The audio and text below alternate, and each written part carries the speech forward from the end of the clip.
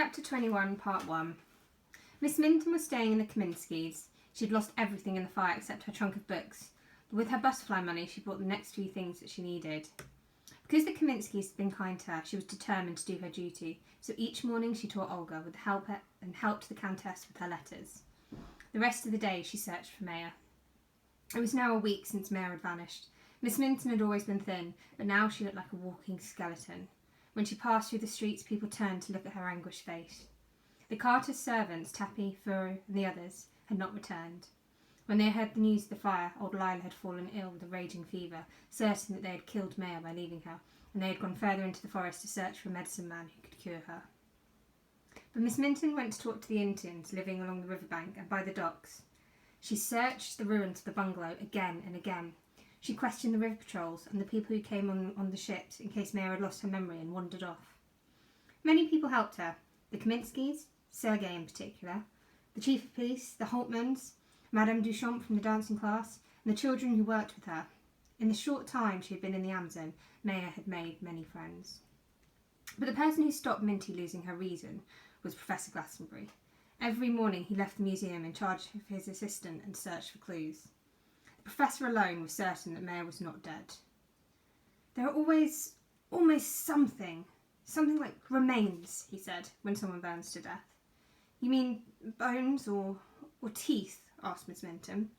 That's what I mean, said the professor firmly. He worked with the chief of police and the count. He spent hours at the docks, and at least twice a day he came back to see that Miss Minton had eaten something or even slept. But when a week had passed, Miss Minton gave up hope. She had as good as killed Maya by deserting her. Now she must cable Mr. Murray and tell him that Maya was dead. She had put on her hat to go to the post office when the Kaminskys' maid showed in the professor. As soon as she saw his face, Miss Minton reached for a chair. "Is there—" she began. "Yes, there is news. A man in a trading canoe on the Aragapi saw the Arabella, and he was certain that 2 children were aboard." Miss Minton looked round at the Kaminskys' drawing room, as though she would find there the most powerful boat that she needed, ready and waiting. "I must go at once," she said. "We must go at once," said the professor. The Countess begged her to wait for her husband's return. "He could find you a good boat and a crew." But waiting was something that Miss Minton could not do. "I'm going to go to buy some supplies and a few things Maya might need," she said to the professor. "I'll meet you at the docks in an hour." But when they reached the harbour, there was no boat to hire and no one to help them. It was midday. Everyone had gone home for lunch and for the afternoon sleep which followed it. "Well, we shall have to steal one," said Miss Minton. Then they saw a boat that they knew, the Carter's launch, their spinach-coloured boat without a name. Gonzales had brought it down after the fire to sell and helped clear Mr. Starr's debts. "No one will miss it for a few days," said Miss Minton, "and if they do, it doesn't matter." She looked at the professor. "Can you manage her?" "I expect so," said Professor Glastonbury. He sighed, but he didn't try to stop her. It would have been like trying to stop an avalanche. "There seems to be enough wood stacked up for now." Miss Minton had already picked up her skirts and jumped aboard. Now, as she took up the boat hook and waited for the professor to feed the furnace with wood, and the engine then spluttered slowly into life. "If we find Maya," said Miss Minton as they set off, "I swear I'll give this boat a proper name." The journey they took up the Negro and into the Aragapi River was very different from the dreamy voyage Finn and Maya had made the week before. "Faster, can't we go faster?" said Miss Minton. When their supply of wood ran low, she ran ashore, grasping the machete which Fur had left with the other tools, and slashed her way through the undergrowth, though she had been born with a life in her hand. Everything she had forbidden her pupils to do, she did herself, thinking gloomy thoughts, going off in black daydreams. One minute she thought that Maya had died in the fire, and the child seen on the Arabella was an Indian girl to whom Finn had given a ride. The next minute she thought that it had been Maya, but that she had now drowned, or she had reached the Zanti village, and they had killed her. "You couldn't blame them if they turned savage," she said, "the way some of the tribes have been treated." "Yara was a very gentle soul," said the professor. "Finn's mother." "That was then," said Miss Minton. The professor left her alone and gave his mind to the boat. The launch was larger and faster than the Arabella, but this only meant that she needed more wood. He had taken off his shirt, his chest was covered in smuts, his face was crimson from the heat, but he pushed the boat on like a mad magician. But when Miss Minton tried to make him sail on through the night, he put his foot down. "It's dangerous and it's foolish," he said. "If we run aground, we'll never get her off."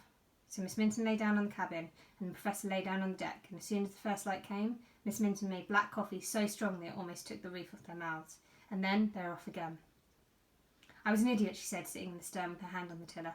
I should have stayed with Henry Hartington, who pushed puppies through the wire mesh of tennis courts, or Lavina Fremantle, who plucked the wings of butterflies. Goodness knows I've had enough awful children to look after. But Maya. They saw things the Professor would have loved to stop for. A deserted hummingbird nest with 2 eggs no bigger than peas. A scarlet orchid, which was new to him, but Miss Minton could not bear him to halt the boat. Even if a giant sloth with red hair had come lumbering down to the water's edge, she would have insisted on going on. But he did not let everything pass. "Do you have to keep on calling me Professor Glastonbury?" he complained, when they had travelled for 3 days. Miss Minton was steering, looking for signs of sandbanks or submerged rocks. "I don't know your Christian name," she said. The Professor blushed. "It's Neville," he admitted, and Miss Minton turned to look at him, oil-stained, unshaven, dripping with sweat, and woke up to what he was doing for her. "What's wrong with Neville?" she said. After that, she became calmer and more sensible. She opened some of the tins they had bought and made proper meals. She even allowed herself to see the beauty of the river and remembered how she had once hoped to make a living like this as a naturalist. "You won't lose your job because of this?" she asked, coming away so suddenly. The Professor shrugged. "Probably not. But if I do, it doesn't matter much. I'll have to retire anyway in a couple of years, and I have a bit of money saved." He pushed another log of wood into the firebox. "I used to go on trips with Taverner sometimes. I could make a living like this. It's not just collecting. People pay good money now to be shown the wildlife." He stared out over the water. "It was what I meant to do when I came out here, but my wife didn't care for travelling." They turned into the Aragapi and soon afterwards saw a great snake, endlessly long, rustling through the leaves and dropping down into the dark water. "An anaconda," said the Professor. "Is it dangerous?" asked Miss Minton. "Not to us," said the Professor. "It's a good omen, the god of the water making himself known." "Then perhaps we'll find her," said Miss Minton, under her breath. "What do you mean to do with Maya when you find her?" the Professor asked that night. "Take her back to the Kaminskys and never let her out of my sight again," said Miss Minton. "She may not find that easy," replied the Professor. "Why on earth not? The Kaminskys are the kindest people in the world," replied Miss Minton. "Yes, but she has tasted freedom now," said the Professor. "That's neither here or there," snapped Miss Minton, whose corset was sticking into her back. "I've tasted freedom too," she found herself saying, "but I have to go back, and so does she." Now they had to remember the route Finn had meant to take, but the lack of sleep and anxiety were beginning to make them clumsy. And there was another worry.